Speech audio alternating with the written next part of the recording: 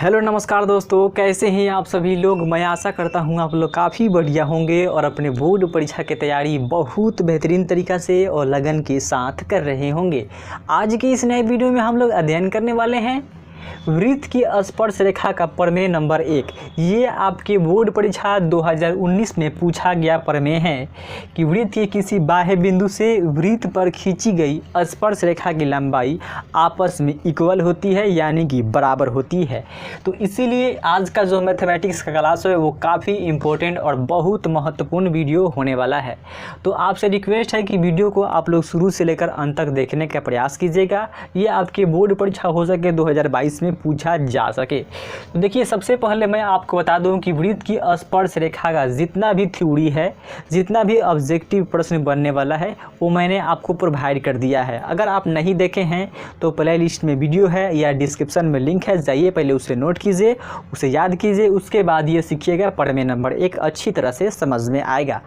और सबसे पहले मैं बता दूं कि आपको देखिए, आपके बोर्ड परीक्षा में जिस साल प्रमेय 5 नंबर की ले आएगा उस साल ऑब्जेक्टिव शायद नहीं पूछा जा सकता है।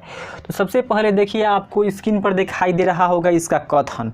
तो कथन क्या है कि वृत्त के किसी बाह्य बिंदु से वृत्त पर खींची गई स्पर्श रेखा की लंबाई आपस में बराबर होती है। यही आपसे कथन पूछेगा।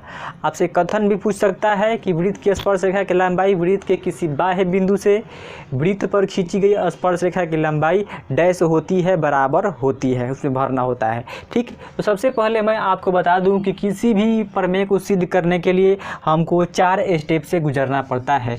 स्टेप नंबर हमको 1 में क्या करना होता है, देखिए दिया है लिखते हैं। क्या लिखते हैं? दिया है। जो भी सवाल में है उसमें हम लोग मानते हैं दिया है लेकर। और दूसरा स्टेप में हमें जो भी सिद्ध करना होता है, जो भी हमें सिद्ध करना है उसको लिखना होता है, सिद्ध करना। और तीसरा स्टेप में हम लोग क्या करते हैं? रचना करते हैं। जो भी सवाल में हमको रचना करना होता है सवाल को बनाने हेतु, वो क्या करते हैं? रचना करते हैं। और चौथा स्टेप में हम लोग प्रमाण देते हैं। और इसी के साथ हमारा ये प्रमेय क्या होता है?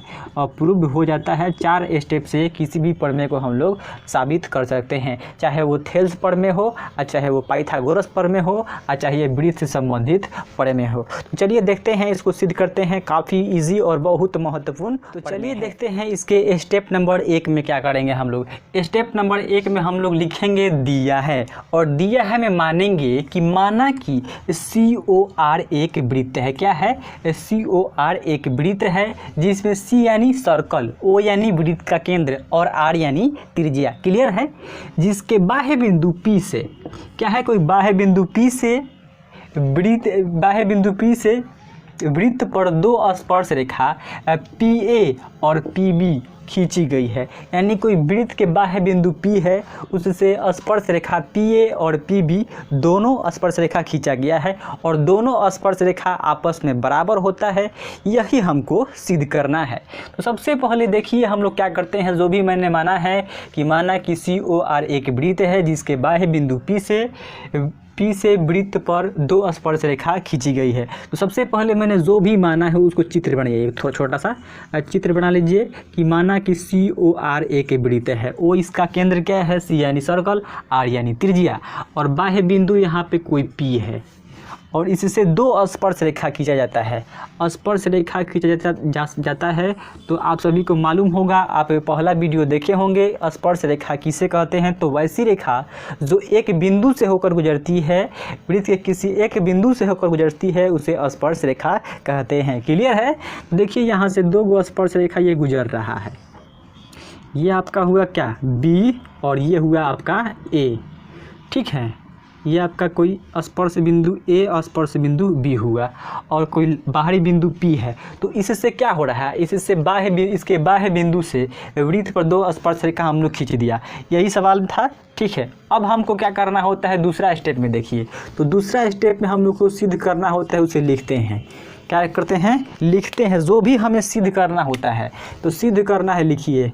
हमको क्या सिद्ध करना है उसको लिखते हैं। सिद्ध करना है तो दूसरा स्टेप में हम लोग लिखते हैं। तो दूसरा स्टेप में हमको क्या सिद्ध करना है भाई? सिद्ध करना है यही ना कि PA बराबर में PB, ये दोनों भुजा के लंबाई यानी दोनों स्पर्श रेखा के लंबाई आपस में बराबर यानी कि इक्वल होता है। तो यहाँ पे हमको कुछ नहीं करना है, बस यहीं से थोड़ा सा बात लिखना था। उसके बाद तीसरा स्टेप में हम लोग क्या लिखेंगे, ये देखिए तीसरा स्टेप में हमको रचना करना होता है। क्या करना होता है दोस्तों, रचना करते हैं। तीसरा स्टेप में रचना करते हैं। तो रचना में देखिए क्या करेंगे, ओ से ए बी पी को मिलाएंगे। क्या करेंगे, ओ से ए बी पी को मिलाएंगे। तो चलिए मिला लेते हैं, लिखेंगे वृत्त के केंद्र ओ से ए बी और पी को क्या मिलाया। वृत्त के केंद्र ओ से ए बी पी को मिलाया। चलिए मिला लेते हैं बारी बारी से।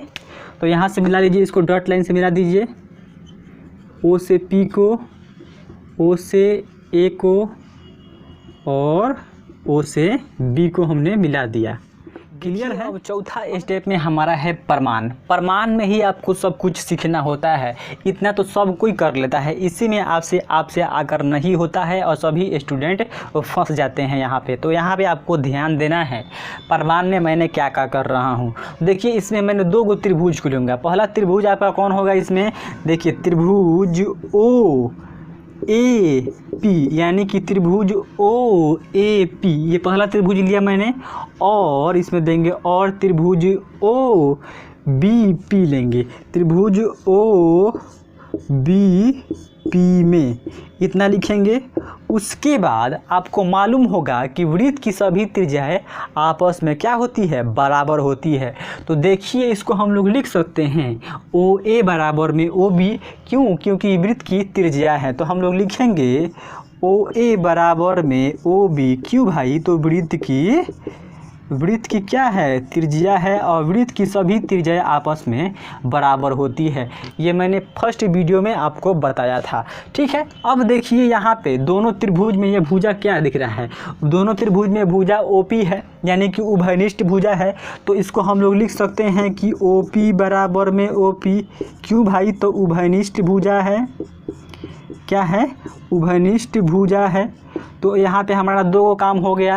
अब देखिए आपको मालूम होगा एगो प्रमेय भी है कि वृत्त के किसी वृत्त की स्पर्श रेखा स्पर्श बिंदु से होकर जाने वाली त्रिज्या पर लंब होती है। जो भी स्पर्श रेखा है वो स्पर्श बिंदु से जाएगा तो वो त्रिज्या पर लंब होगा, यानी कि 90 डिग्री का कोण बनाएगा। कितना का, 90 डिग्री का कोण अंकित करेगा। तो हम लोग यह भी लिख सकते हैं कि कोण, देखिए कोण ओ आ ए आ पी आ बराबर में कोण ओ बी आ पी बराबर में 90 डिग्री। क्योंकि दोनों समकोण क्या, समकोण अंकित करेगा। क्योंकि जो भी स्पर्श रेखा वृत्त की स्पर्श बिंदु से होकर गुजरता है तो वो 90 डिग्री का कोण अंकित करता है। तो हम लोग लिख सकते हैं ये क्या, कोण ओ ए पी, कोण ओ ए पी, उसके बाद कोण ओ बी पी बराबर होंगे, यानी कि 90 डिग्री अंकित करेंगे। तो अब देखिए आप 7वीं कक्षा में एगो सर्वसमता प्रतिबंध पढ़ के आए होंगे, RHS सर्वसमता प्रतिबंध, यानी कि 2 गो त्रिभुज जिसमें एगो कर्ण यानी 2 गो समकोण त्रिभुज, 2 गो समकोण त्रिभुज, ये समकोण त्रिभुज है जिसमें एगो कर्ण आ एगो भुजा बराबर हो तो वो दोनों त्रिभुज RHS सर्वसमता प्रतिबंध कहलाते हैं।